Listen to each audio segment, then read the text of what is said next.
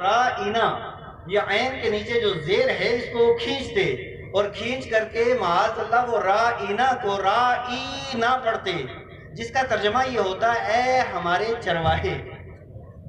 اب وہ اس طریقے سے کہتے اور اس کے بعد خوب ہنستے، وہ بھی حضور کی بارگاہ میں آ کر کے یہی لفظ اسی طرح پڑھتے، اور ان کی جو اپنی زبان تھی، اپنی لغت تھی، اس کے اندر اس کا سوء ادب، اس کے کچھ اور معنی بھی تھے، اور ایک معنی یہ بتایا گیا ہے کہ اس کا معنی ان کی زبان میں احمق بھی تھا۔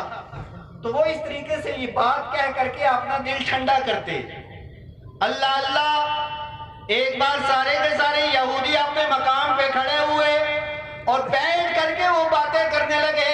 ایک کہنے لگا میں بھی حضور کی بارگاہ میں گیا تھا، میں نے ایک بار رائے نہ کہا، دوسرا کہنے لگا 2 بار کہا، تیسرا کہنے لگا 3 بار کہا، اس کے بعد ہنسی بھی کر رہے، مذاق بھی کر رہے۔ اللہ اللہ، یہ اپنی محفل کے اندر بیٹھ کر کے باتیں کر رہے ہیں، ادھر اللہ کے شہر حضرت سعد ابن معاذ تشریف لے آئے۔ سعد ابن معاذ، اور جو اللہ کا شیر آتا ہے نا وہ لومڑیوں سے کبھی نہیں ڈرتا۔ شیر تو شیر ہوتا ہے نا، شیر کا اپنا مزاج ہوتا ہے، شیر ڈرتا نہیں ہے۔ اب یہ شیر حضرت سعد ابن معاذ آئے اور آ کر کے انہوں نے کہا او یہود سنو، آج کے بعد اگر لفظ رائنا ہمارے نبی کے لیے استعمال کیا تو تلوار میری ہوگی، گردن تمہاری ہوگی، میں تمہاری گردن کاٹ کر کے رکھ دوں گا۔ اب یہ نہیں چلے گا کہ یہ لفظ ہمارے نبی کے لیے استعمال کیا جائے۔ تو وہ سارے یہودی کہنے لگے دیکھو یہ لفظ تو صحابہ کرام بھی استعمال کرتے ہیں، یہ لفظ تو بہت سے صحابہ کرام میں وہ استعمال کرتے، وہ بھی کہتے، ہم نے کہہ دیا تو ہوا کیا؟ اب اتنا کہنا تھا، حضرت سعد بن معاذ کا دل ٹوٹ گیا، اور دل ٹوٹ کر کے اللہ کی بارگاہ میں عرض کی کاش اگر یہ صحابہ کرام آج کے بعد یہ لفظ نہ استعمال کرتے تو کتنا اچھا ہوتا۔ سعد بن معاذ اپنے گھر سے نکلے ہیں، حضور کی بارگاہ کے اندر آئے ہیں، ابھی وہ حضور کی بارگاہ میں پہنچے ہی تھے طائر جبریل امین مصطفیٰ کی بارگاہ میں پہنچ گئے ہیں، اور بارگاہ میں آ کر کے کیا کہا؟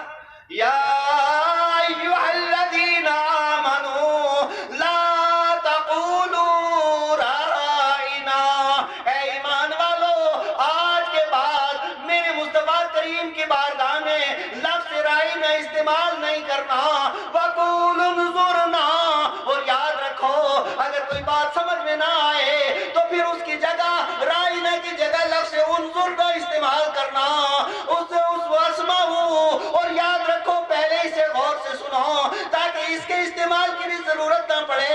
وَلِلْكَافِرِينَ عَذَابٌ عَلِيمٌ، اور جو میرے مصطفیٰ کے لیے گندا لفظ استعمال کرے گا، توہین کا لفظ استعمال کرے گا، کتنا بڑا کیوں نہ کہلاتا، وہ کافر بھی ہے اور اس کے لیے دردناک عذاب بھی ہے۔ اللہ کی نامی قدر، یہاں سے قاعدہ ملا، ایک اصول ملا، ایک ضابطہ ملا کہ ایک لفظ ہو اور وہ لفظ مشترک ہو۔ کیا ہو؟ زور سے آواز ہو، کیا ہو؟ مشترک ہو۔ قرآن سمجھنے کے لیے یہ بھی ضروری ہے کہ کس لفظ کا مطلب عام ہے، خاص ہے، معول ہے یا یہ مشترک ہے۔ پھر اگر یہ نص ہے تو عبارت النص ہے، اشارت النص ہے، دلالت النص ہے، اقتضاء النص ہے، پھر یہ حقیقت ہے، مجاز ہے، کیا ہے؟ اب کچھ لوگ ہیں بیچارے وہ اردو کے ترجمے پڑھ لیتے ہیں، اس کے بعد سوچتے ہیں نہیں جناب والا میں تو اب پکا اہل حدیث بن گیا ہوں، مجھے 4 حدیثیں پوری آتی ہیں۔ میں نے کہا واہ رے واہ، تو یہ 4 حدیثیں آ گئی تو اہل حدیث بن گیا۔ حضرت امام طحاوی رحمۃ اللہ تعالی علیہ تو حافظ الحدیث تھے، حضرت امام عینی حافظ الحدیث تھے، حضرت علامہ ابن حجر اسقلانی حافظ الحدیث تھے، یعنی مالکیہ میں، حنابلہ میں، شوافع میں، احناف میں بہت سے حفاظ حدیث گزرے ہیں جنہیں 1,00,000 حدیثیں یاد ہوں، پھر بھی وہ اہل حدیث نہیں بنے، مقلد ہی رہے، پھر بھی وہ مقلد رہے۔ اور تجھے 4 حدیثیں آ گئی تو تو زمین پہ ٹھہرتا ہی نہیں، میں تو بڑا اونچا ہو گیا ہوں۔ لیکن قرآن حکیم کو سمجھنے کے لیے اور میں آپ کو ایک بات کہہ دیتا ہوں، پھر آتا ہوں اسی موضوع پہ۔ حضرت عبداللہ ابن عباس رضی اللہ تعالیٰ، ان کی خالہ حضرت میمونہ نبی مکرم صلی اللہ تعالیٰ علیہ وسلم کے نکاح میں ہیں، اور ان کا بچپن میں نبی پاک علیہ السلام کے گھر آنا جانا رہتا۔ اللہ اللہ مصطفیٰ کریم علیہ السلام نماز تہجد کے لیے بیدار ہوئے. جو ہی بیدار ہوئے عبداللہ ابن عباس بھی بیدار ہو گئے، اور بیدار ہونے کے بعد پانی کا لوٹا لیا، حضور کی بارگاہ میں پیش کیا. آقا خوش ہو گئے، کہا عبداللہ ابن عباس مانگو کیا مانگتے ہو. گلے لگایا، اللہ کی بارگاہ میں عرض کی، مولا عباس کے بیٹے عبداللہ کو قرآن پاک کا علم عطا فرما. حضور نے دعا کی نا، اے اللہ علم عطا فرما، اور وہ بھی قرآن کا علم. والد خان کے اندر میں نے دیکھا، حضرت عبداللہ ابن عباس ارشاد فرماتے ہیں، لو ضاع عقال بعیری لوجدت فی کتاب اللہ. میرے اونٹ کی رسی اگر گم ہو جائے، میں قرآن حکیم پڑھوں گا، اس کا بیان بھی قرآن کے اندر موجود ہے. اس کا بیان بھی کیا ہوگا؟ قرآن کے اندر موجود ہوگا. وہ ہیں عبداللہ ابن عباس رضی اللہ تعالیٰ عنہ. لیکن اس کے باوجود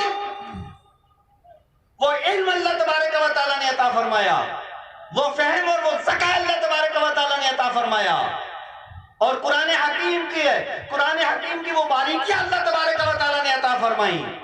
اس کے باوجود نبی مکرم صلی اللہ تعالی علیہ وآلہ وسلم کی بارگاہ کے یہ فیض یافتہ اور پروردہ جب حدیث لینے اپنے اساتذہ کے پاس جاتے تھے تو کئی مرتبہ حضرت عبداللہ ابن عباس اپنے استاد کا دروازہ نہیں کھٹکھٹایا کرتے تھے، بلکہ دروازے کی دہلیز کے اوپر سر رکھ کر کے سو جایا کرتے تھے. اور جب ہوائیں چلتی تھیں تو وہ ریت ان کے بدن کے اوپر پڑ جاتی تھی. جب یہ صحابی یا محدث باہر نکلتے اور کہتے، او مصطفیٰ کریم کے چمن کے پھول، آپ نے دروازہ کھٹکھٹایا کیوں نہیں؟ کہا، میں یہ سمجھتا ہوں دروازہ کھٹکھٹا کر کے کہیں استاد کے آرام کے اندر خلل نہ آ جائے. یہ ہے ادب استاد کا، یہ ہے احترام استاد کا. تو جو ادب استاد کا جو بندہ اتنا کرتا ہو، وہ نبی پاک علیہ السلام کا احترام کتنا کرتا ہوگا، وہ حضور کا ادب کتنا کرتا ہوگا. میرے پیارے اسلامی بھائیوں، میں یہ عرض کر رہا تھا، یہاں سے ایک نقطہ ملا، ایک قاعدہ، اصول اور ضابطہ ملا. ایسا لفظ جس کے دو معنی ہوں، ایک معنی اچھا ہو، دوسرا معنی برا ہو، یعنی وہ لفظ مشترک ہو. اور قرآن کی اس آیت مبارکہ کی روشنی کے اندر واضح حکم یہ ملا ہے کہ ایک لفظ ہو، کتنے معنی ہوں؟ بولو لفظ ایک، اور معنی کتنے ہوں؟ دو معنی. ایک معنی اچھا ہو، دوسرا معنی برا ہو. اور ایسا لفظ نہ نیت دیکھی جائے گی، کیونکہ صحابہ کی نیت تو ادب کی تھی نا.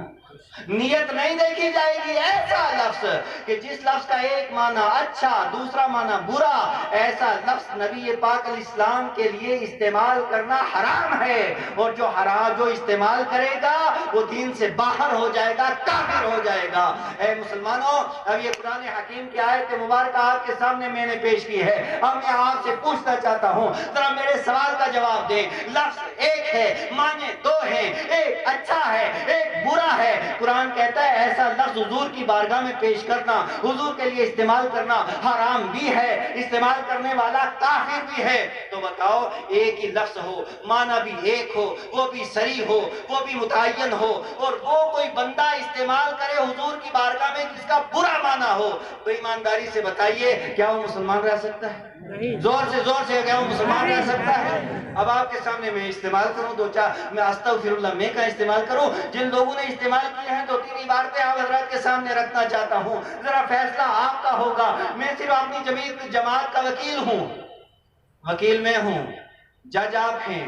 زیادہ رتبہ و مرتبہ جج کا ہوتا ہے، وکیل کا تو صرف دلائل رکھنا سامنے ہے نا، فیصلہ جج کو کرنا ہے. اب آپ حضرات کے سامنے دو چار عبارتیں میں رکھتا ہوں. ایک مولوی صاحب نے یہ لکھا کہ نبی پاک علیہ السلام کا علم ایسا ہے جیسا بچوں اور پاگلوں کا ہے.